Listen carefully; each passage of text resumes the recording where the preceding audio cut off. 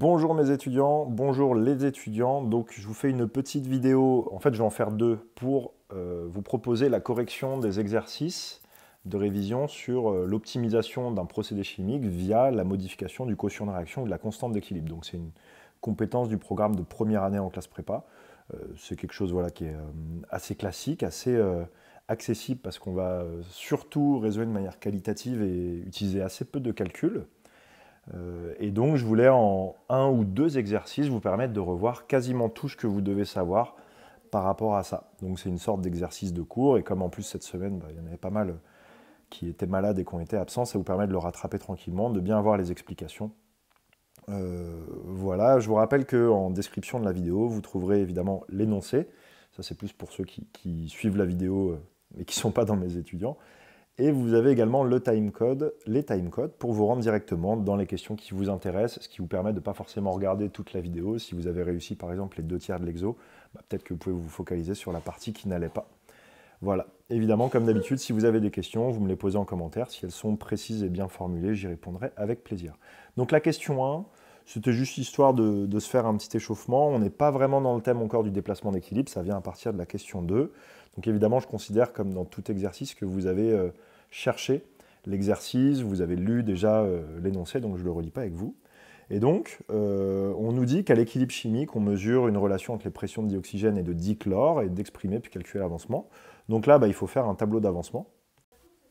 Donc ce tableau d'avancement, le voici, on va le compléter ensemble. Je rappelle que dès lors que vous avez des gaz, je vous invite fortement à mettre une colonne supplémentaire avec n tot de gaz, la quantité de matière totale de gaz. Et donc si je complète, on voit que on nous dit qu'il y a 4 moles d'air, 1 mole de chlorure d'hydrogène. Donc 1 mole de chlorure d'hydrogène, je vais appeler ça N0, donc je vais poser ici N0 égale 1 mole. D'accord. Et pour les 4 moles d'air, attention, si j'ai, donc ça veut dire 4 N0 moles d'air, c'est pour avoir une expression littérale, on n'oublie pas que dans l'air, j'ai 20% de dioxygène, 80% de diazote, approximativement. Ok. Donc ce qui fait que pour les 20% de dioxygène, ça me donne 0,8 N0 mol, alors qu'ici je vais avoir 3,2 N0 mol. Et donc là, je peux compléter le tableau d'avancement. Dans O2, je vais avoir 0,8 N0. N tot gaz, je vais mettre toute la quantité de matière totale de gaz. Donc au total, j'en ai 5 N0. Et on démarre sans produit, donc j'ai 0 des deux côtés. Ensuite, à l'état final, j'ai N0 moins 4 oxyèques ici, puisqu'il y a un coefficient stoichiométrique qui vaut 4 devant HCl. 0,8 N0 moins oxyèque. Je forme 2 oxyèques mol d'eau gazeuse et 2 oxyèques mol de dichlore. Pour avoir N tot gaz ici, je fais la somme, donc les 3,2 N0 plus tout ce qu'il y a là. Donc en gros, je fais la somme de ce qu'il y a ici plus le diazote qu'il ne faut pas oublier.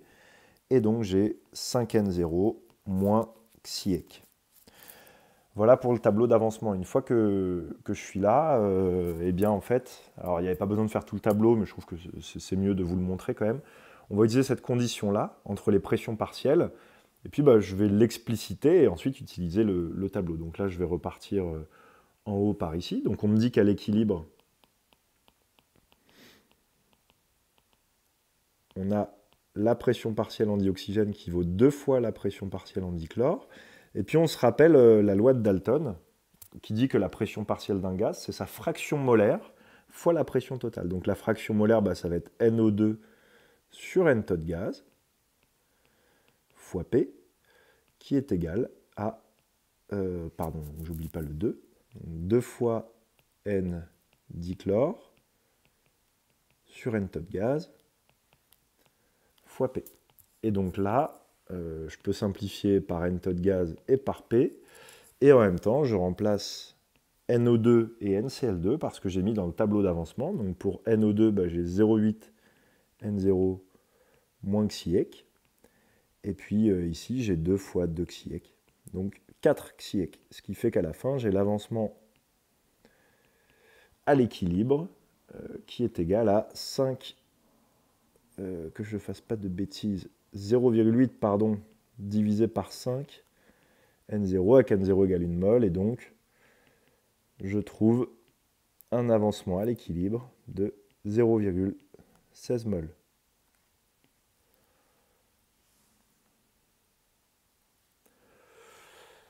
Et une fois que ça c'est fait, bah, vous avez l'avancement à l'équilibre. On vous demande de calculer la constante d'équilibre. Donc pour ça, bah, on va utiliser simplement la condition d'équilibre en l'égalisant au quotient de réaction. Donc je vais changer de page, ou je vais descendre tout simplement. Hop, on va l'écrire ici. Donc la condition d'équilibre chimique, que vous avez vue en première année,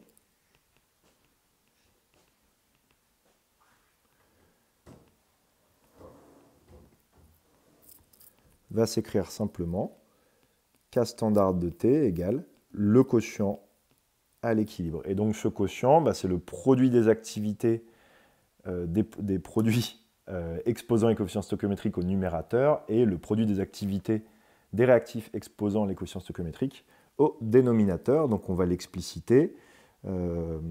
Ça va vous donner K standard de T. Alors je vais aller un petit peu vite là-dessus, je vais faire exprès. C'est-à-dire que je ne vais pas... normalement, il faudra mettre les activités, ensuite je remplace l'activité des gaz, etc. D'accord. Là, bon, je fais cette vidéo pour mes étudiants qui ont eu le contexte. On va aller un petit peu plus vite. Sachant que l'activité du gaz, je vous le rappelle ici, activité de I gaz, c'est la quantité de matière de I sur N taux de gaz. Donc autrement dit, c'est la fraction molaire du gaz fois P sur P standard. Ce qui fait que bah, si j'écris directement en partant des NI, je vais avoir NH2O carré fois NCl2 carré sur NHCl puissance 4 fois NO2. Et là, pour retrouver rapidement, ben, je vais raisonner sur les dimensions. J'ai une quantité de matière puissance 4 au numérateur, puissance 5 au dénominateur. Donc, je sais que le N taux de gaz va nécessairement être au numérateur. C'est ce que je trouve si je fais les simplifications et que j'écris tout bien. Là, on va un peu plus vite. Et puis, si N taux de gaz est au numérateur, alors la pression totale P est au dénominateur avec le même exposant et P standard en face. Donc, normalement, si vous prenez le temps de bientôt écrire, vous devez trouver que la constante d'équilibre, elle vaut ceci. Et puis, bah, une fois qu'on a ça, il ne me reste plus qu'à remplacer en fonction de Xiec. Et donc, bah, on y va, on se le fait ensemble. Donc, je trouve K standard de T. Bah, pour les produits, ça fait 2 Xiec au carré, mais j'ai ça deux fois, donc ça fait 2 Xiec puissance 4 au final. N tot, ça fait 5N0 moins Xiec. Hop.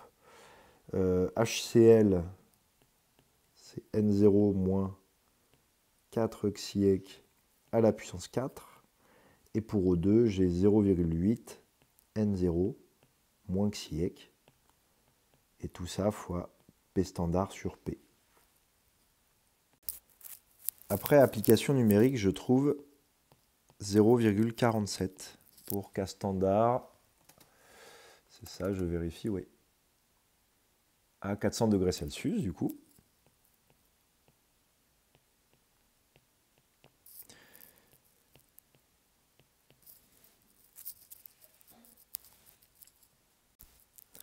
Voilà pour cette première question. Donc c'était simplement du calcul de base hein, pour réviser un petit peu les bases, tout simplement. Donc maintenant, je vous propose de rentrer dans le vif du sujet sur le déplacement d'équilibre, de passer à la deuxième.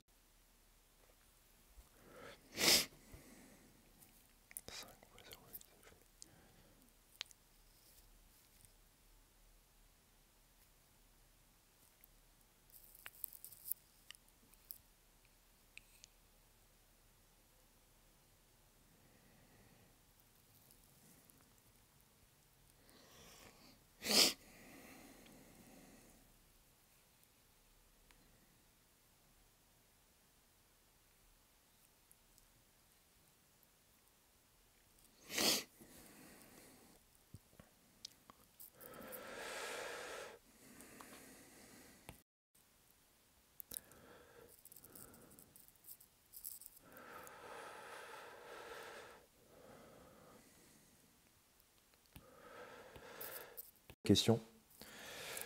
Donc dans la deuxième question, alors attendez, je vous remets la question. Hop. Là, on vous demande comment choisir la température et la pression pour optimiser la synthèse d'un point de vue thermodynamique.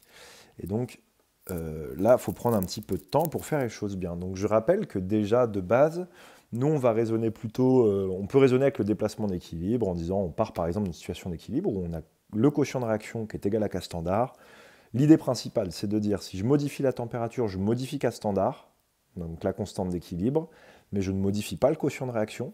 Si je modifie la pression ou la composition, je modifie le quotient de réaction, mais pas la constante d'équilibre.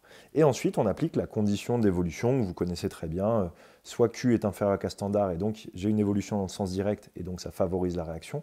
Soit j'ai Q supérieur à K standard, et donc ça favorise le sens indirect. Donc pas la réaction si elle est écrite dans le sens où on veut la faire. Pour le choix de la température, donc l'idée c'est, si on veut favoriser la réaction, ça va être de maximiser la valeur de la constante d'équilibre. Donc en gros, le truc simple, ça peut être de dire, plus la constante d'équilibre est grande, plus la réaction est favorable. Dans tous les cas, vous allez devoir me ressortir ce qu'on appelle la relation de Van 't Hoff. Dès qu'il est question de l'influence de la température sur l'aspect thermodynamique, vous invoquez la relation de Van 't Hoff. Elle s'écrit dérivée de ln de K standard par rapport à la température égale delta RH standard sur RT carré. Et donc, l'analyse est toujours la même. N'oubliez pas que c'est une dérivée, parce que l'erreur souvent, c'est que les étudiants disent « Ah, si T augmente, ça diminue », et puis on arrive à des fausses conclusions. Donc ce qu'il faut regarder, c'est qu'on a bien la dérivée du log de K standard. Donc quand on a la dérivée, on veut le signe. Donc on veut étudier le signe de delta RH standard sur RT carré. Or, RT carré, comme c'est une grandeur qui est toujours positive, puisque T est en Kelvin, eh bien il se trouve que ce qu'on peut dire, c'est que finalement, c'est le signe de delta RH standard qu'il faut analyser. D'accord? Pour cette question, qui sera un peu toujours la même, on analyse le signe de delta RH standard, et puis ça nous permet de conclure. Donc on va le faire dans le cas de notre synthèse. Par exemple, ici, vous voyez dans l'énoncé, je vous dis que le delta RH standard vaut moins 115 kJ par mol. On a donc une réaction exothermique, ici,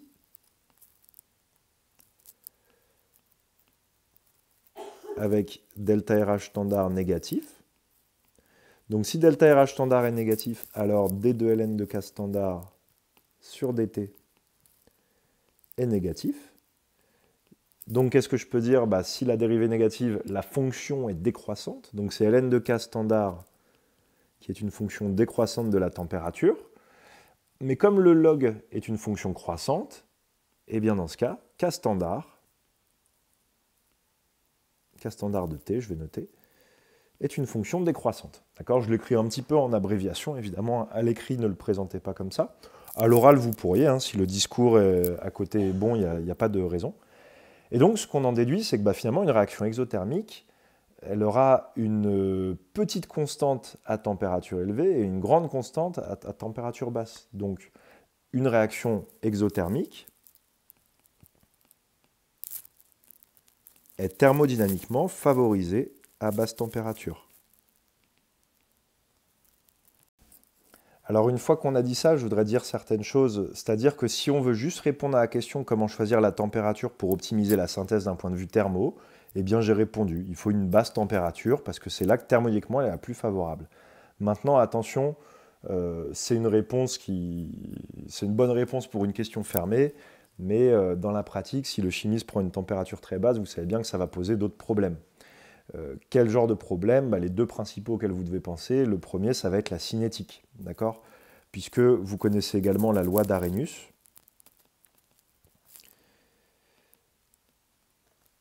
La loi d'Arrhenius, elle modélise l'influence de la température sur la constante de vitesse, d'accord? Et je voudrais vous montrer l'analogie quand même, c'est que la loi d'Arrhenius, si je passe au logarithme, excusez-moi, je fais une digression, mais je pense qu'elle est importante. J'arrive à ceci, ln de k égale ln de a moins ea sur r fois 1 sur t. Et puis si je m'amuse à dériver ça par rapport à t, regardez ce que j'ai. J'ai une relation qui est parfaitement analogue à la relation de Van 't Hoff.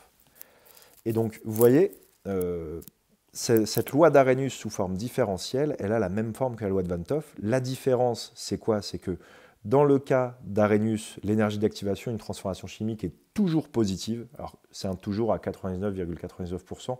Il y a certaines réactions exotiques avec des radicaux, avec des enzymes, etc., où on peut avoir des énergies d'activation négatives, mais ça reste plutôt l'exception. Donc, globalement, on sait que quand on chauffe en chimie, on accélère les transformations, alors que sur l'aspect thermodynamique, bah, ce n'est pas forcément vrai. Ça dépend du signe de delta RH standard, donc de la thermicité de la réaction. Vous voyez, donc la petite analogie, je pense qu'elle est importante, et de voir que c'est vraiment la même structure mathématique. Ensuite, par rapport au choix de la température, ça veut dire que la cinétique me dit je veux du chaud, la thermodynamique me dit je veux du froid. Et donc, quand on est dans ce genre de cas-là, pour une réaction exothermique, en général, on va choisir ce qu'on appelle une température de compromis. Donc plutôt une température, alors je n'ai pas tout rédigé, hein, je vous ai donné l'explication à l'oral, mais température de compromis. Le concept de la température de compromis, c'est qu'on a une cinétique correcte avec une thermodynamique correcte. Voilà, je fais un petit peu court, mais c'est ça l'idée. Et puis enfin, la température, elle influence d'autres choses. Si vous regardez l'équation de réaction, vous voyez qu'on veut travailler avec H2O à l'état gazeux. Et donc là, on comprend bien que s'il fait trop froid, l'eau ne sera pas à l'état gazeux, elle sera liquide ou solide. Voilà. Je ne m'étale pas plus sur ce choix de la température. Je pense que ça vous donne déjà une bonne idée. Je passe maintenant au choix de la pression. Donc, la température, l'idée c'était de dire qu'on voulait maximiser K standard, d'accord, toujours dans le but d'avoir Q inférieur à K standard et de déplacer l'équipe dans le sens direct. Le choix de la pression, comme K standard ne dépend pas de la pression, ça va influencer le quotient de réaction. Donc là, on va avoir besoin d'écrire très bien notre quotient réactionnel, mais en réalité, on l'avait fait un petit peu à la question 1. Donc hop, on va ouvrir une autre page. Et donc, troisième... non, c'est pas troisième question, c'est la question 2 toujours, c'est juste qu'on parle de la pression. Donc pour le choix de la pression, donc la méthode est toujours la même, on veut raisonner sur le quotient de réaction. Et si on est toujours dans l'idée qu'on souhaite avoir Q inférieur à K standard, eh bien on va minimiser le quotient réactionnel. Donc déjà, le quotient de réaction, si on reprend ce que j'ai écrit tout à l'heure, c'était NH2O carré, NCl2 carré, N tonnes de gaz, divisé par NHCl puissance 4, NO2, tout ça fois P standard sur P. Et donc, si on veut optimiser la réaction, on souhaite avoir autant que possible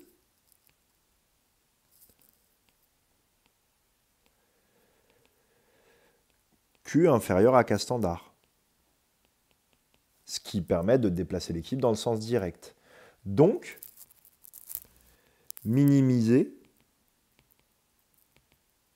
Q. C'est ça qui oriente notre choix de pression. Et si je veux minimiser Q, eh bien qu'est-ce qu'on a? On a que comme le quotient de réaction il est inversement proportionnel à la pression, plus la pression est élevée, plus je vais pouvoir diminuer le quotient, qui lui, son seul but dans la vie, c'est de retendre vers K standard. Un quotient de réaction, comment il fait pour tendre vers K standard? Quand il est plus petit, il va augmenter son numérateur en formant des produits, diminuer son dénominateur en consommant des réactifs, et donc c'est ça qui va le faire augmenter. Autrement dit, en augmentant la pression, je le force à augmenter les produits et à diminuer les réactifs. D'accord? Donc, ce qu'on peut dire, c'est que Q étant fonction décroissante de P,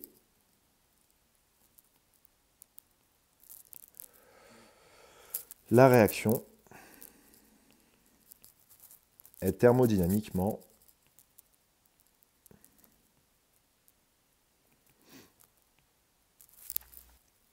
favorisée à haute pression.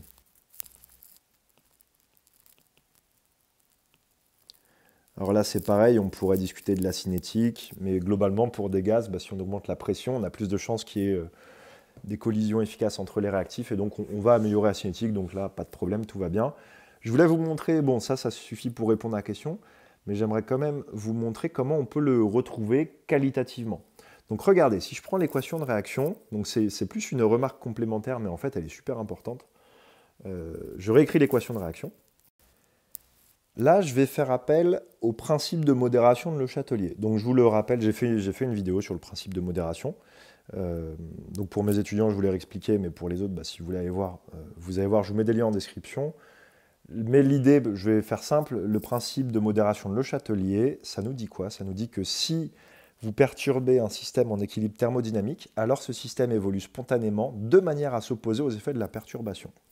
Autrement dit, regardez, si je dis que ma perturbation égale une augmentation de pression, ça veut dire que le système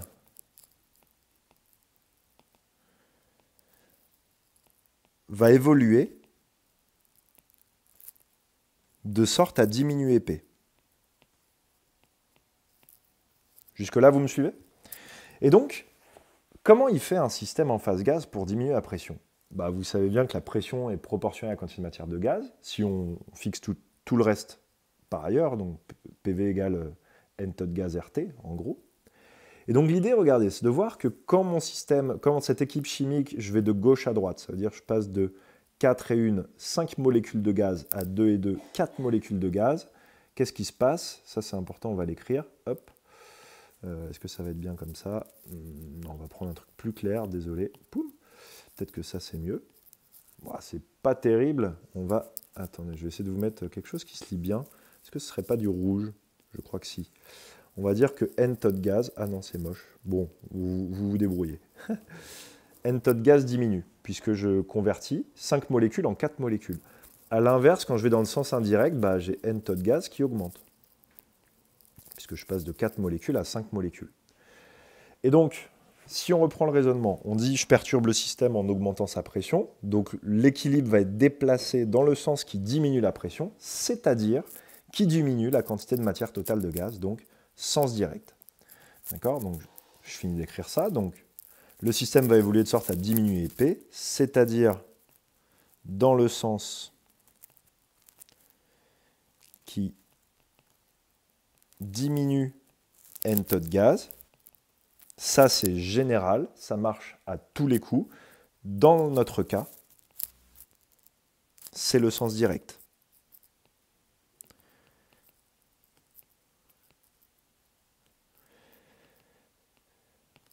Et donc là, on vient de trouver avec un petit raisonnement qualitatif le résultat. Alors ce qui est bien, c'est que là, vous voyez, j'ai pris le temps de vous le détailler, etc. Mais en réalité, quand vous allez avoir l'habitude, en un coup d'œil, avec l'équation de réaction, vous savez quel est le résultat. Maintenant, je veux temporiser ça. Au concours, on attendra toujours cette démonstration. C'est-à-dire que la bonne démarche, c'est on fait la démonstration avec le quotient de réaction, on l'explique bien. Et ensuite, on peut éventuellement dire a posteriori que de toute façon, on voit bien effectivement qu'avec le principe de modération de Le Chatelier, on s'attendait sous une augmentation de pression, un déplacement équilibre dans le sens direct pour diminuer la quantité de matière totale de gaz et que donc les fortes pressions favorisent thermodynamiquement la transformation. En fait, là, on vient de retrouver ce qu'on appelle la loi de Le Chatelier, à ne pas confondre avec le principe de modération de Le Chatelier. Le principe de modération, c'est un principe qui est très général, qui est même transversal dans la physique, la chimie et la biologie, d'une certaine manière, alors que même s'il était appliqué plutôt au système chimique, alors que la loi de Le Chatelier, c'est quelque chose qui se démontre avec le quotient de réaction et qui nous dit en gros, alors je vais la dire à l'oral, hein, mais que toute élévation de pression, en fixant T et la composition, entraîne un déplacement d'équilibre dans le sens d'une consommation, d'une diminution de la quantité de matière totale de gaz. On peut le dire dans l'autre sens, toute diminution de pression à température et composition fixée entraîne un déplacement d'équilibre dans le sens d'une augmentation de la quantité de matière totale de gaz. Voilà, donc mes étudiants, normalement, vous avez dans le poly, et puis bah, s'il y en a qui voulaient le noter, vous repassez, vous la notez. C'est une loi qui est quand même assez importante en chimie à partir du moment où on a des gaz dans les équilibres. Voilà, donc ça, normalement, bah, pour ceux qui étaient présents, on l'avait fait ensemble. Et maintenant, on va aller un cran plus loin, les chimistes, puisqu'on va voir, on va non plus modifier température ou pression, mais là, on va modifier carrément la composition du système. Alors voilà, je vous remets déjà les questions. Boum. La question 3. Donc, l'équilibre réalisé, on vous demande d'examiner l'influence de l'ajout d'une petite quantité de dioxygène, de diazote, puis d'air. Alors attention, ça a l'air mignon comme ça, mais ça n'est pas tant que ça. Première chose à indiquer, il y a deux types de questions pour cela. Soit des fois on vous demande, et donc là je parle à mes étudiants, c'est le cas que vous avez dû faire en première année, on vous demande d'ajouter une quantité de matière qui est donnée, donc qui n'est pas forcément petite, c'est-à-dire on va vous dire par exemple, je ne sais pas, on ajoute 1 mol de HCl, donc ça veut dire une quantité assez importante. Et bien dans ce cas, qu'est-ce qu'on fait? On recalcule le quotient réactionnel avec cette mol en plus, donc on en tient compte dans HCl et dans nTo de gaz, et puis on regarde si Q est inférieur à K standard sens direct, Q supérieur à K standard sens indirect. Donc ça c'est très classique, et normalement vous l'avez déjà fait, et voilà, c'est plutôt intuitif. Moi ce que je voulais vous montrer là, c'est quelque chose qui est peut-être qui demande une astuce mathématique dans certains cas, pas dans tous, vous allez voir, mais qui n'est pas compliqué. Une fois qu'on l'a fait, vous allez voir, c'est assez simple. Je pense même que ça va vous plaire d'ailleurs. Bref. Donc examiner ajout d'une petite quantité. Petite quantité, ça veut dire que déjà je ne vous la donne pas. Donc vous ne savez pas quelle est cette quantité. Donc vous ne pouvez pas recalculer Q. Et puis comme elle est toute petite, on peut considérer que c'est une perturbation infinitésimale. Et ce qui veut dire qu'on peut mettre en place un petit calcul de différentiel. Regardez, pour mieux voir, je vais réécrire le quotient de réaction. Le voici. Alors je vous propose d'examiner le premier cas, je vais l'appeler petit a, qui est un ajout de O2. L'ajout de O2, regardez bien, ça va faire augmenter la quantité de matière de dioxygène, donc on pourrait dire que ça fait diminuer Q, sauf que, attention, quand j'ajoute du dioxygène qui est un gaz, j'augmente N total gaz de la même quantité. Donc vous voyez que la particularité là de la question que j'intègre, c'est que en fait, on fait augmenter à la fois le numérateur et le dénominateur. Et donc c'est moins simple, vous voyez, le cas d'avant, la pression, elle est au dénominateur, c'est ce qui fait que c'était facile de conclure. P augmente, Q diminue, déplacement en sens direct. Là, O2 augmente, j'augmente ici, j'augmente là, on peut essayer de l'intuiter un peu, mais en réalité, c'est pas très rigoureux. Le seul moyen rigoureux, c'est effectivement de passer par un calcul de différentiel. Sauf que, donc de différentiel, pourquoi? Quand vous avez une variable, une fonction d'une variable, vous allez calculer une dérivée pour savoir si ça augmente ou ça diminue. Là, comme j'ai une fonction de beaucoup de variables, toutes les quantités de matière et la pression, eh bien, on va faire une différentielle. Alors, le truc, c'est que comme les deux paramètres qui varient sont quotients l'une de l'autre, si je différencie directement, ça va me faire un truc relativement ignoble. Donc, ce qu'on fait, en fait, on appelle ça parfois la méthode de la différentielle logarithmique, c'est que d'abord, pour séparer toutes les variables du quotient et du produit, on passe au log. D'accord? Donc en fait, je vais expliciter ln de Q. Alors d'abord, je vais rappeler ici pour que vous le notiez. Donc attention, j'ai NO2 et nTo de gaz qui varient lors de l'ajout. D'accord? Si j'avais qu'un seul paramètre qui variait, eh bien, je pourrais directement conclure. Donc, je vais expliciter le logarithme népérien de Q, ou en log, enfin peu importe, et ça me permet de séparer toutes les variables. Donc, ça fait que je vais avoir 2 ln de NH2O, plus 2 ln de NCl2, plus le ln de nTo de gaz, moins 4 fois le ln de NHCl, moins le ln de NO2, et puis moins le ln de P sur P standard. Et ensuite, ce que je veux savoir, c'est le sens de variation de Q au cours de la perturbation, qui sera le même que le sens de variation de ln de Q. D'accord? Donc le ln, c'est juste une astuce pour séparer les variables. Donc je vais calculer la différentielle du ln de Q. Alors attention, quand je fais ça, je le dis oralement, je n'écris pas tout, mais je vais considérer que tous les paramètres autres sont constants. D'accord? Donc autrement dit, il n'y a que NO2 et nTo de gaz qui varient, ce qui fait que les autres termes vont donner un terme différentiel qui vaut 0, pam pam. Donc là, je vais garder D de ln tot, pardon, D de ln nTo de gaz, et puis je vais garder moins D de ln de NO2. Or, D de ln de U, c'est du sur U. Donc maintenant, si je le réécris, ça fait que D de N de Q, c'est D nTo de gaz sur nTo de gaz, moins D de NO2 sur NO2. Et une fois que j'ai dit ça, on n'a plus qu'à étudier le signe, on cherche le signe de D ln de Q. Or, ce qu'on a, c'est que la quantité de matière la variation pardon, de n-tot gaz, c'est exactement la même que la variation de O2. Hein. Puisque si par exemple j'ai ajouté, je sais pas, j'ai une bêtise, une micromole de O2, bah, j'ai ajouté une micromole de gaz au total. D'accord? Donc c'est la même quantité. Ce qui fait que D2Ln de Q,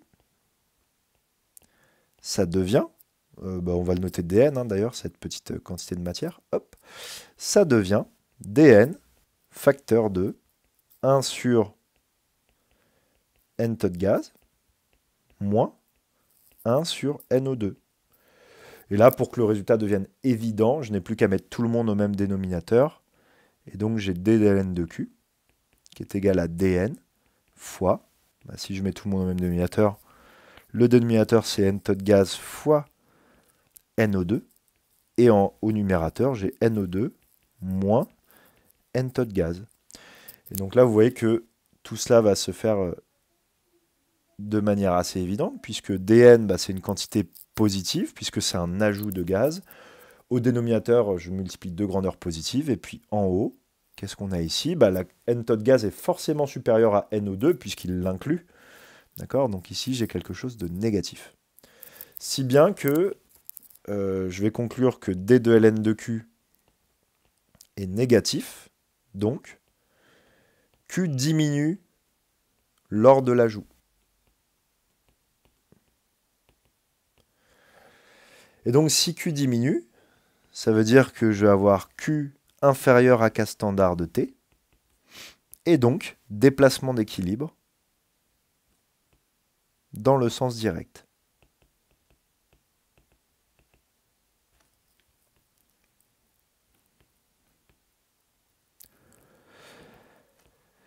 Au final, ajouter du dioxygène favorise la transformation thermodynamiquement.